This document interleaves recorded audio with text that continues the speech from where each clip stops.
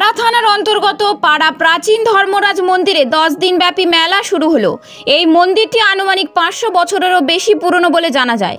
এলাকায় এই মন্দিরকে চেনেন না এমন লোকের সংখ্যা খুবই কম। প্রতি বছরের মতো এবছরও বুদ্ধ পূর্ণিমার দিন থেকে একটি মেলার আয়োজন করে এই মন্দির কমিটি। মেলাটি 10 দিন ধরে চলে। আজ বৃহস্পতিবার এই মেলা শুরু হয়েছে। ভোর রাত থেকে শুরু হয়েছে দণ্ডি দেওয়া। আশেপাশের কয়েকটি জেলা ছাড়াও পার্শ্ববর্তী রাজ্য ঝাড়খণ্ড থেকেও ভক্তদের ঢল নেমেছে। মন্দিরটি খুবই জাগ্রত বলে মনে করেন স্থানীয় এলাকার মানুষ, যার কারণে অনেকেই এখানে মানত করে থাকেন।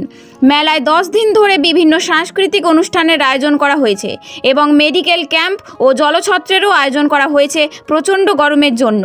মেলায় ছোটদের খেলনা, মণিহারি, খাবারের দোকান, নাগরদোলা, ঘোড়ার গাড়ি সহ জামা কাপড়, জুতো ইত্যাদি দোকান বসেছে। এবছর রেকর্ড সংখ্যায় ভিড় হয়েছে বলে জানালেন মন্দির কমিটির উদ্যোক্তারা। পাশাপাশি এদিন বেলা 11টা পর্যন্ত প্রায় 10,000-এরও বেশি মহিলা দণ্ডি দিয়েছেন। আমাদেরকে সহযোগিতার হাত বাড়িয়ে দিন।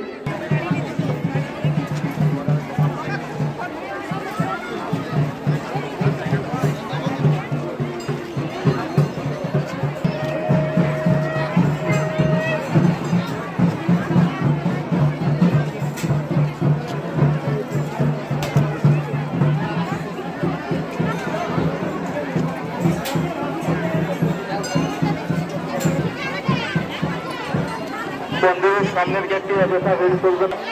মন্দিরের সামনের গেটে দাঁড়াবেন না।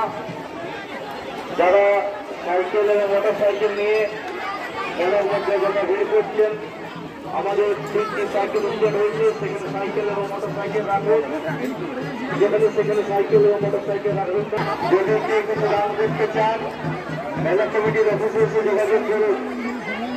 হাত বাড়িয়ে দিন। আমাদের মেলা কমিটির অফিসের সামনে এসে গাছের তলা আছে, সেখানে বসবেন, অযথা ঘোরাঘুরি করবেন না। আমাদের পাড়াতে যে ধর্মরাজ মেলা শুরু হলো আজ থেকে, কি বলবেন এই বিষয়ে?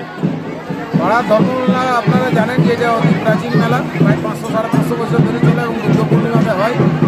যেহেতু আজ বুদ্ধ পূর্ণিমা, সেই জন্য আজকে মেলার যে প্রথা বা রীতি সেগুলো আমরা চালু করলাম। কিন্তু সামনে যেহেতু ইলেকশন আছে, সেই জন্যে যাতে আমাদের ঠিকঠাক থাকে, মানে মেলা ঠিকভাবে চলে, তাই জন্য আমরা অনুষ্ঠানগুলো ইলেকশনের পরের দিন থেকে করেছি।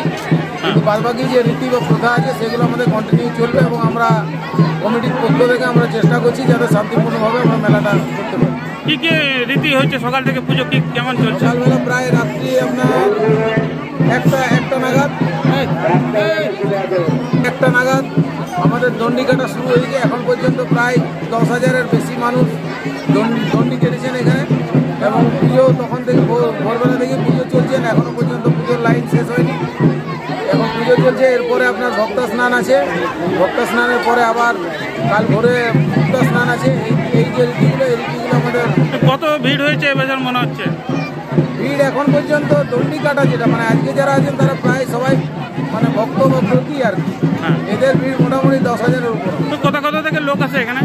আমাদের পাড়া ব্লক এর আশপাশের যে ব্লকগুলো আছে, পুরুলিয়া 2 নম্বর আছে, রঘুনাথপুর আছে, রঘুনাথপুর 2 নম্বর আছে, এগুলো ছাড়াও ঝাড়খণ্ডের অনেক জায়গা থেকে আসে এবং আমরা এখানে দেখতে অনেক দেখলাম যে অন্যান্য ব্লক যেগুলো কাশীপুর, হুড়া, এদিক থেকে অনেক লোক পুজো করা দিয়েছে।